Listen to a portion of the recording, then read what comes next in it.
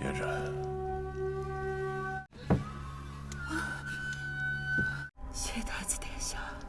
，Yu'er dipanggil oleh Rui untuk minum-minum di kamarnya. Setelah itu, di saat ia hendak pergi, pelayan di sana dengan sengaja menumpahkan air teh ke bajunya. Mau tidak mau, Yu'er mengeringkan pakaiannya terlebih dahulu di sana. Di waktu bersamaan, pasukan yang sudah diperintahkan oleh Sujin segera mencuri pelakat jenderal di kamar Yu'er.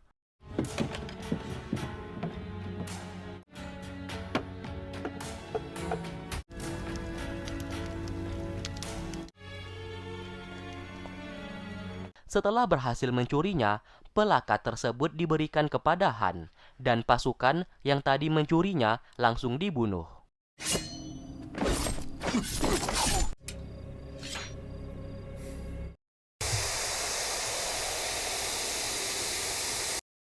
Keesokan harinya, sang raja datang ke sana dan melihat beberapa orang tewas terbunuh. Han lalu berpura-pura terluka sambil berkata kalau tadi malam terdapat pasukan misterius yang menyerangnya dan mencuri pedang kuno yang hendak diberikan kepada sang raja. Mendengarkan hal tersebut, sang raja menjadi murka dan meminta pasukannya untuk menyelidiki siapa yang berani melakukan semuanya ini. Lalu saat dicek, mayat di sana memegang sebuah pelakat yang ternyata itu milik Yu'er. Alhasil, ia pun dituduh sebagai dalang di balik semuanya ini. 推得真干净。 Yu'er yang cerdik mengajak sang raja dan mereka semua untuk datang ke kamarnya. Terlihat ia mengambil salah satu pelakat jenderal miliknya yang telah ia sembunyikan di banyak tempat. Lalu ia berikan kepada sang raja. Sambil menjelaskan, sebelum masuk ke istana, ia sudah terbiasa difitnah. Semua pelakat itu adalah palsu, yang diduplikat oleh para penjahat yang mencoba memfitnah dan menjebaknya. Dan pelakat yang dipegang oleh mayat tadi juga merupakan yang palsu, sedangkan yang asli berada di tangannya. Sang raja akhirnya sadar akan semuanya ini, dan memutuskan Yu'er tidak bersalah. Mendengarkan hal itu, Han menjadi kesal karena rencananya menjadi gagal. 是吗？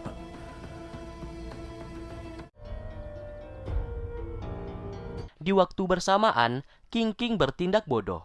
Ia melukai jidatnya dengan tujuan agar tanda meteor itu bisa dihilangkan. Namun sayang, hal tersebut membuatnya menjadi sekarat. Tak lama kemudian, Qian Sun datang ke sana dan membawanya untuk disembuhkan. Saat berada di dalam kamar, Qian Sun segera menyembuhkan lukanya.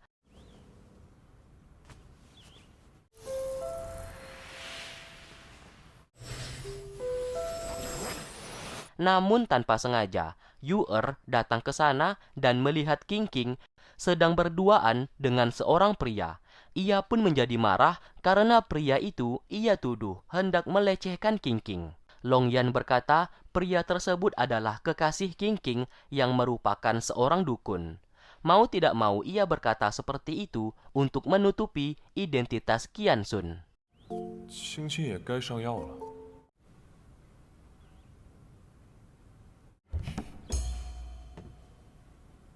Di sisi lain, Han memanggil Sujin dan mencambuknya sebagai hukuman akibat gagal mencuri pelakat milik Yu'er yang asli, yang membuat rencana mereka menjadi gagal.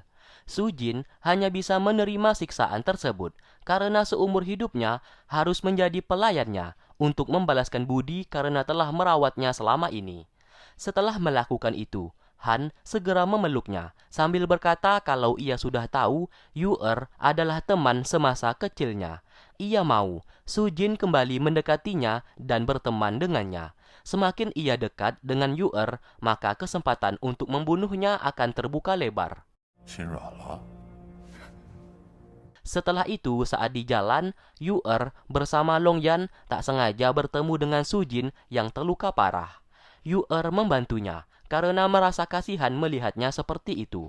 Namun tiba-tiba, bulan purnama kembali muncul yang membuat racun di tubuh Sujin kembali keluar. Long Yan menyadari akan hal tersebut.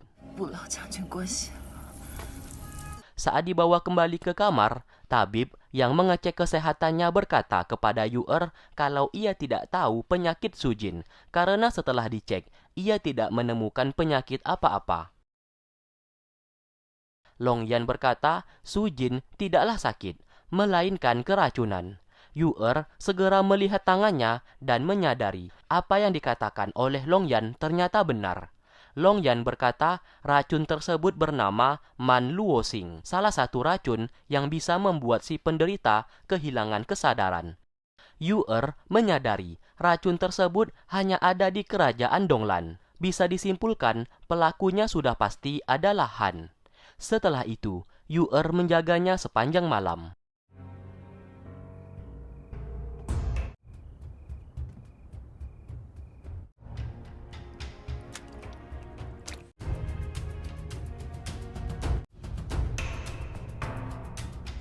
Hingga keesokan harinya, setelah Sujin terbangun, ia pun hendak pergi dari sana karena tidak mau dibantu olehnya.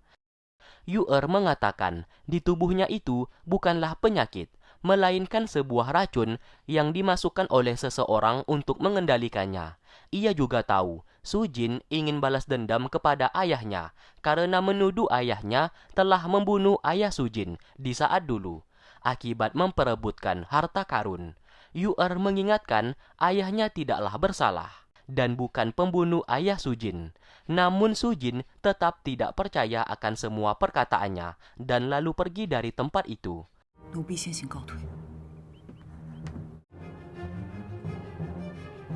Setelah itu, ia menemui Han untuk meminta obat penawarnya. Setelah mendapatkan obat penawar tersebut, ia pun pergi. Namun sesaat Tuan Go datang ke sana. Ia pun menguping pembicaraan mereka.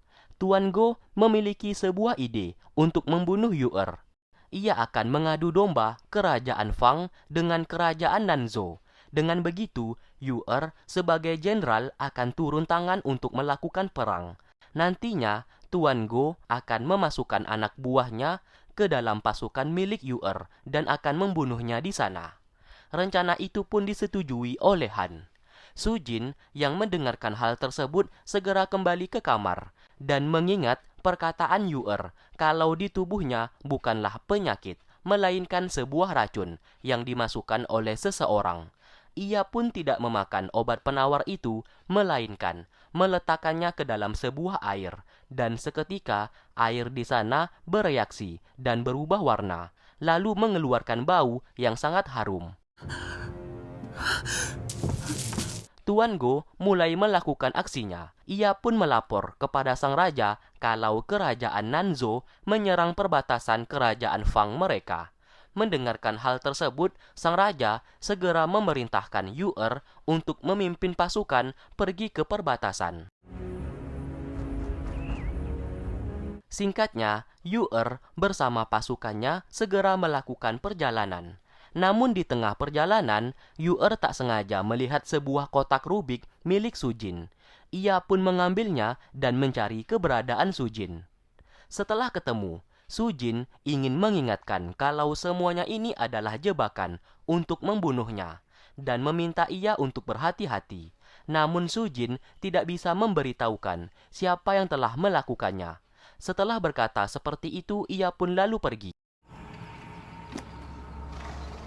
Di malam harinya, setelah Yu'er dan pasukannya telah tiba di perbatasan, mereka pun melepaskan serangan tiba-tiba yang membuat base camp pasukan kerajaan Nanzhou tidak berkutik.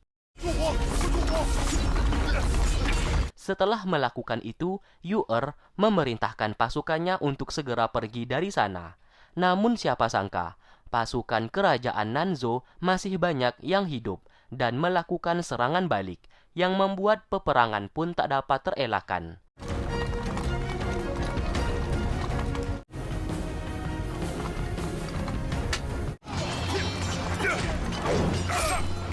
Dan benar saja, terlihat Yu'er diserang oleh pasukannya sendiri, yang tak lain itu adalah anak buah milik Tuan Go. Akhirnya, Yu'er terlempar ke jurang. Longyan tentu saja tidak ambil diam. Ia pun ikut melompat untuk menyelamatkannya.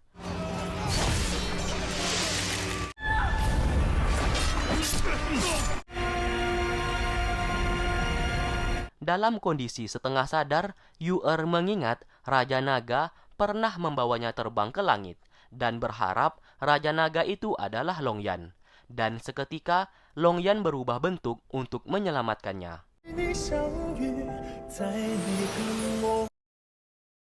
Paman Zhou kembali ke base camp dan mengabarkan kalau Yu-er terjatuh ke jurang. Dan saat ini masih belum diketahui apakah hidup atau tidak.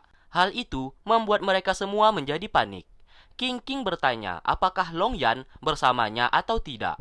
Paman Zhou menjawab Longyan terjun ke jurang untuk menolong Yu-er. Sontak, King merasa tenang karena bisa dipastikan Yu-er akan baik-baik saja.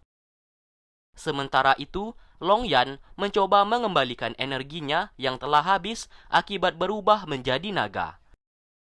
Lalu ia kembali menemui Yu-er yang kini baik-baik saja. Sesaat ia teringat di saat jatuh ke jurang, Longyan menyelamatkannya. Namun sayang ia sudah pingsan lebih dulu, tanpa melihat ia berubah menjadi naga. Di malam harinya, Yu-er bertanya bagaimana mereka bisa selamat karena terjatuh dari jurang bisa dipastikan tubuh mereka akan hancur. Longyan menjawab ia bergelantungan di akar pohon di sisi tebing dan berhasil turun ke bawah. Keesokan paginya, mereka pun berpencar untuk mencari jalan agar bisa naik lagi ke atas. Setelah keliling, Yu-er tetap tidak bisa menemukan jalan untuk naik ke atas. Di sisi lain, base camp mereka kedatangan Tuan Go. Di sana ia menanyakan keberadaan Yu-er. Apabila memang masih hidup, maka harus kembali. Apabila telah mati, maka harus menemukan jasadnya. Ia akan menunggu 1 kali 24 jam. Apabila Yu-er tidak kembali, maka ia akan melaporkan kepada sang raja kalau Yu-er melalaikan tugas sebagai jenderal. Sontak, King menjadi kesal melihatnya dan melempar kepalanya dengan gelas sehingga Tuan Go menjadi pingsan. Lalu Paman Zhong memberikan sebuah pil pelupa ingatan yang dapat membuat ingatan Tuan Go menjadi hilang mengenai peristiwa saat ini. Di waktu bersamaan, Yu-er menemui Longyan. Di sana Longyan menunjukkan terdapat sebuah akar dan mereka bisa menggunakannya untuk memanjat tebing. Sontak, Yu-er merasa heran karena semalam ia keliling dan tidak menemukan akar tersebut. Tapi bagaimana bisa tiba-tiba ada akar di sana? Longyan hanya diam dan mengajaknya segera menaiki tebing tersebut. Tanpa Yu-er tahu, akar tersebut dibuat oleh Longyan secara diam-diam.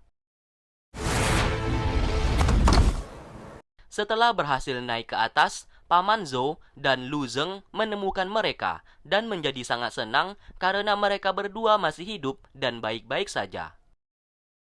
Di malam harinya, Yu-er mengajak para jenderal untuk minum bersama di base camp miliknya. Tuan Go sesaat merasa bingung dan lupa mengenai apa yang terjadi barusan.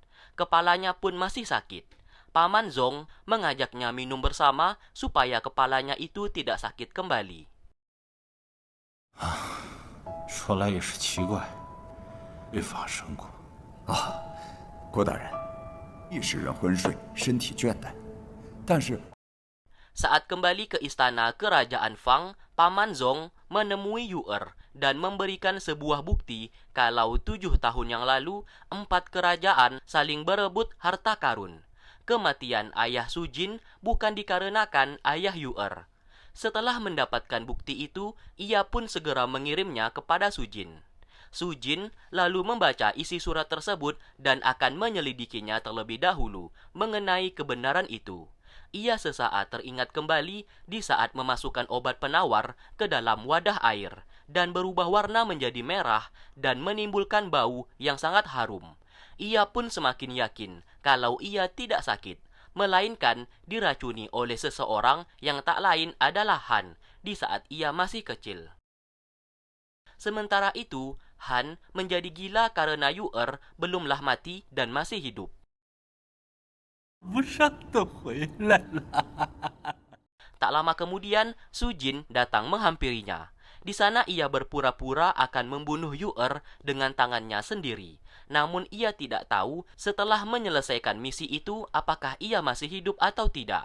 Maka dari itu, ia mengajak Han untuk minum teh yang terakhir kalinya. Han lalu meminumnya tanpa ragu. 好，快去！ 属下告退。 Ternyata, Sujin telah memasukkan obat penawar yang biasa ia makan ke dalam gelas yang dipinum oleh Han. Setelah melakukan itu, ia pun menemui Yu'er dan bertarung dengannya. Pertarungan itu ia sengaja lakukan agar tewas di tangan Yu'er.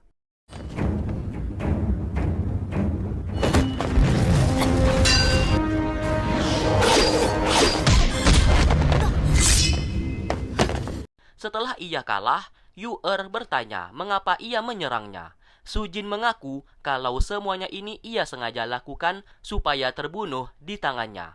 Mati di tangan Yu'er bisa meringankan dosanya yang selama ini telah menuduh ayah Yu'er sebagai pembunuh ayahnya.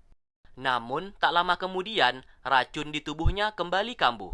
Long Yan datang ke sana dan akan mengeluarkan racun di tubuh Sujin. 我试试，但不能有其他人。 Lalu, Yu'er berada di luar dan dihampiri oleh King King. Di sana King King menjaga pintu tersebut supaya Yu'er tidak masuk ke dalam dan melihat kekuatan Long Yan.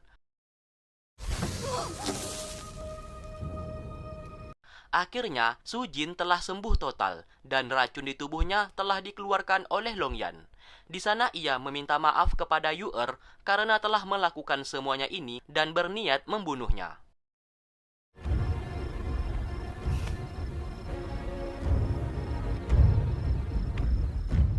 Keesokan harinya, Han mulai menggila akibat reaksi obat penawar yang telah ia makan. Tabib yang mengecek tubuhnya berkata kalau ia terkena racun. Sontak, Han menyadari kalau pelakunya pasti adalah Sujin. Sementara itu, Sujin pergi ke tempat ayahnya tewas terbunuh.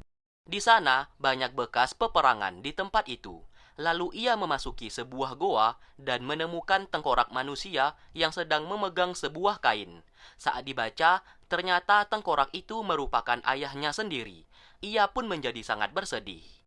Terungkap sebuah fakta, 7 tahun yang lalu, ayahnya menjadi orang pertama yang berhasil menemukan harta karun dinasti sebelumnya. Lalu datanglah pasukan dari kerajaan Fang yang membantai habis semua pasukan milik ayahnya. Di sana, ayahnya tidak mati dan masih hidup. Ia pun bersembunyi di dalam goa.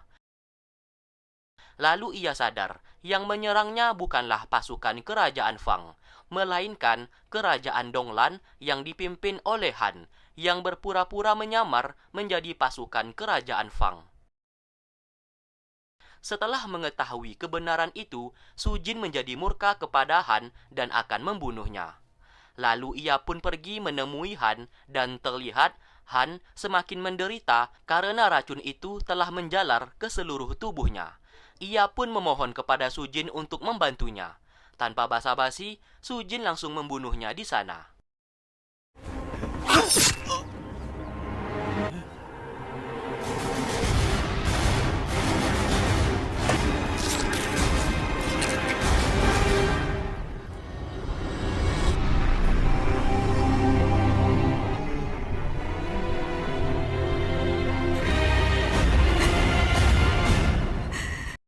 Tak lama kemudian, pasukan milik Han datang ke sana. Ia pun melawan semua pasukan itu sampai-sampai ia pun ditusuk oleh pedang. Namun Sujin tidak gentar sama sekali.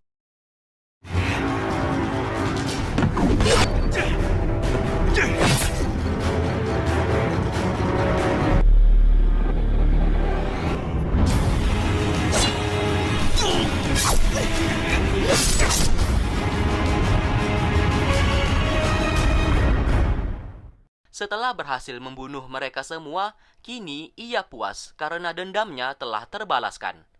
Sujin yang sekarat juga tewas di tempat tersebut.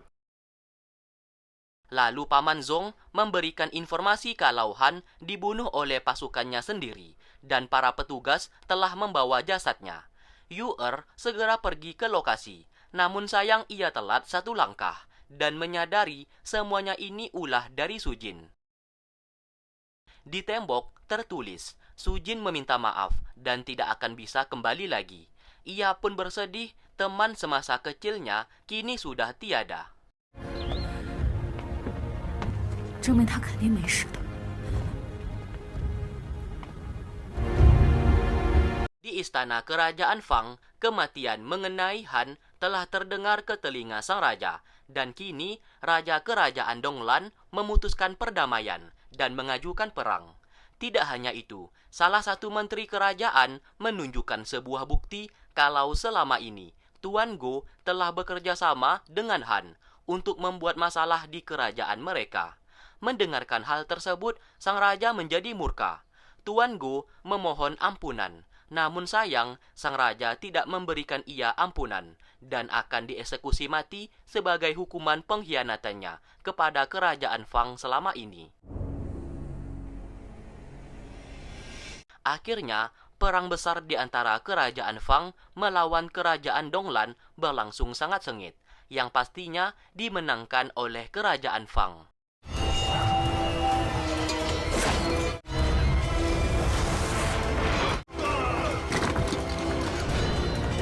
Setelah peperangan selesai, Lu Zeng memanggil Yu-er.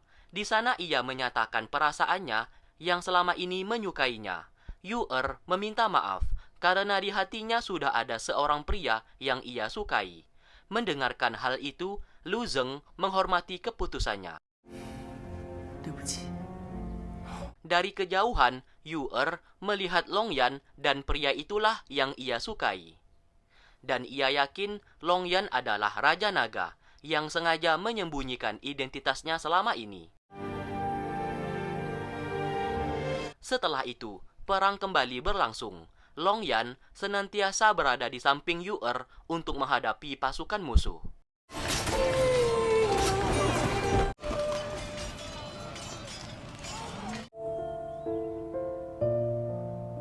Semenjak hari itu, mereka berdua selalu bersama dan hubungan mereka semakin dekat satu sama lain.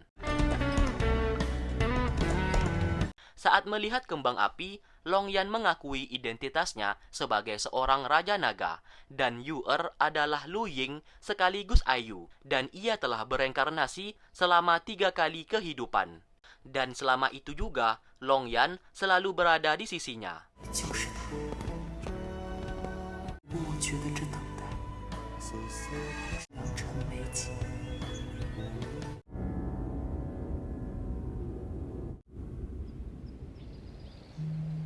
Singkat cerita, Yu-er hendak dibawa ke dunia langit. Ia pun menggunakan gaun pernikahan yang dimana Long Yan ingin menikahinya. Saat berada di pavilion Lofeng, Yu-er sangat terkejut karena ia baru tahu King King adalah siluman burung yang juga menjaganya selama 3 kali reinkarnasi kehidupan. Qian Sun, pria yang ia katakan seorang dukun, ternyata ketua pavilion Lofeng, penjaga pintu kematian umat manusia. Long Yan lalu membawanya ke istana miliknya. Di sana ia menjelaskan, Yu-er telah melewati 3 kali kehidupan. Apabila sudah melakukan itu, maka Long Yan bisa menikahinya.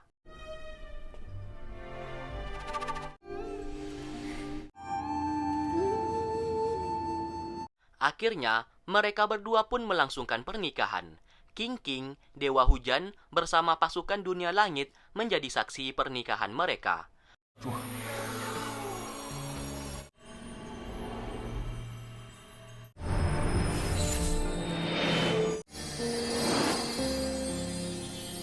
Baru saja hendak melakukannya, tiba-tiba Lukman bersama Qian Sun menghentikan pernikahan tersebut. Lukman berkata, Long Yan belum bisa melakukan semuanya ini karena Yu-er adalah manusia. Tidak seharusnya berada di dunia langit. Karena cepat atau lambat, Yu-er akan kehabisan energi jiwanya apabila tetap berada di dunia langit.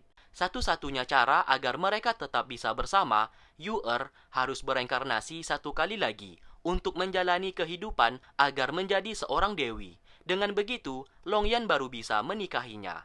Dan Yu-er tidak lagi menjadi manusia, melainkan seorang dewi. Mendengarkan hal tersebut, Yu-er siap melakukannya.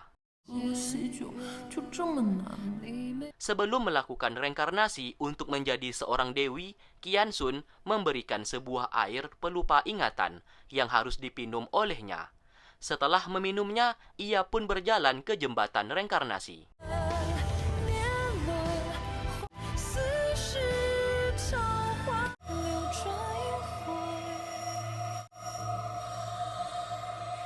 Singkat cerita, Yu-er hidup kembali dan berada di sebuah tempat yang bernama Perguruan Kunlun.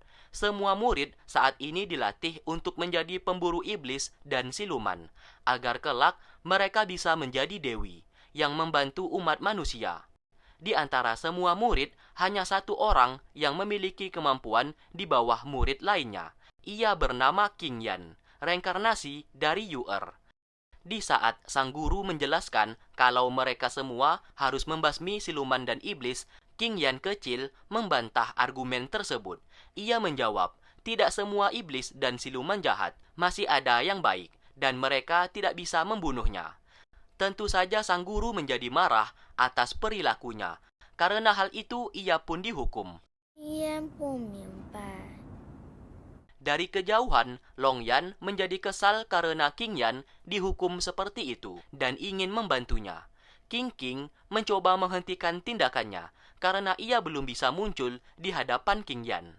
Sedangkan Qingyan sendiri yang sedang dihukum untuk berdiri di depan gerbang justru merasa senang dan bermain di sana. Di lain sisi, para guru saat ini sedang membahas Qingyan yang memiliki kekuatan spiritual yin yang berada di tubuhnya. Mereka harus menjaganya sebelum para iblis mencoba membunuh Qingyan, karena kekuatan spiritual yin di tubuh Qingyan berguna untuk memperkuat segel yang membelenggu para iblis di dunia langit. Guru wanita tadi kita sebut saja namanya Guru Melati. Turun ke bumi dan berada di pasar untuk mencari siluman. Dari arah belakang, Qingyan secara diam-diam mengikutinya. Keberadaannya pun ketahuan dan dimarahi akibat mengikuti sang guru.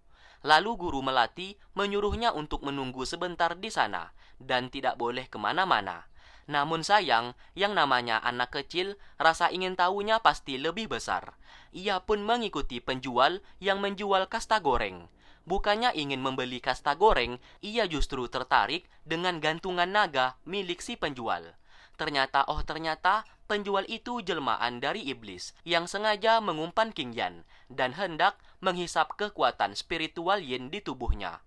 Untung saja Long Yan datang tepat waktu dan membunuh iblis tersebut.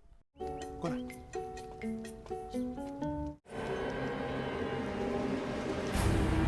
你的原神这么特殊。